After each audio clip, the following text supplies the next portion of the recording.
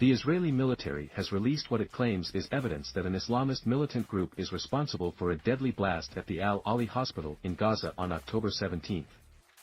News.com has learned that the alleged evidence includes drone footage of what is believed to be Hamas rockets and an intercepted conversation between militants.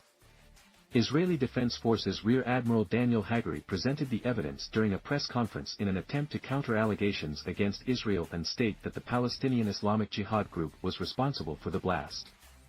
He said, "We are running on it because someone is doing a fake on us, on Israel," per Sky News. During the address, Hagari indicated that no Israeli aircraft were operating in the area of the hospital at the time of the explosion. To support these assertions, Hagari shared an image of radar footage. It allegedly captured a barrage of rockets fired from inside Gaza toward Israel. The route of the rockets, as shown, passed directly over the now gutted hospital. According to Hagari, an explosion in the hospital car park occurred after a rocket was fired from a nearby cemetery, which the admiral deemed inconsistent with Israeli weaponry after reviewing aerial footage from a drone. He then presented the transcript of what he said was an Israeli Defense Force intercept of an electronic conversation between two terrorists discussing misfired rockets.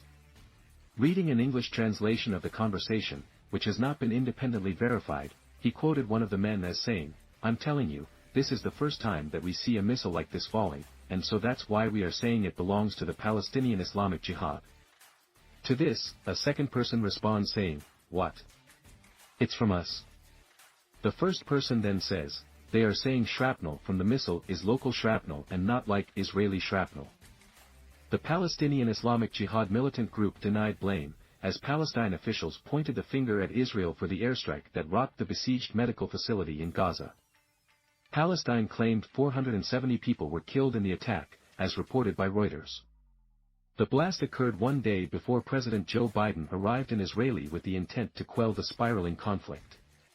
During his visit, Biden ventured his belief that the attack on the hospital was not the work of an Israeli airstrike. Speaking to the Israeli public with Prime Minister Benjamin Netanyahu, Biden said, "I was deeply saddened and outraged by the explosion of the hospital in Gaza yesterday, and based on what I've seen, it appears as though it was done by the other team, not you." He added, "But there's a lot of people out there not sure, so we've got to overcome a lot of things." Subsequently, Biden's meeting with regional Arab leaders has been cancelled.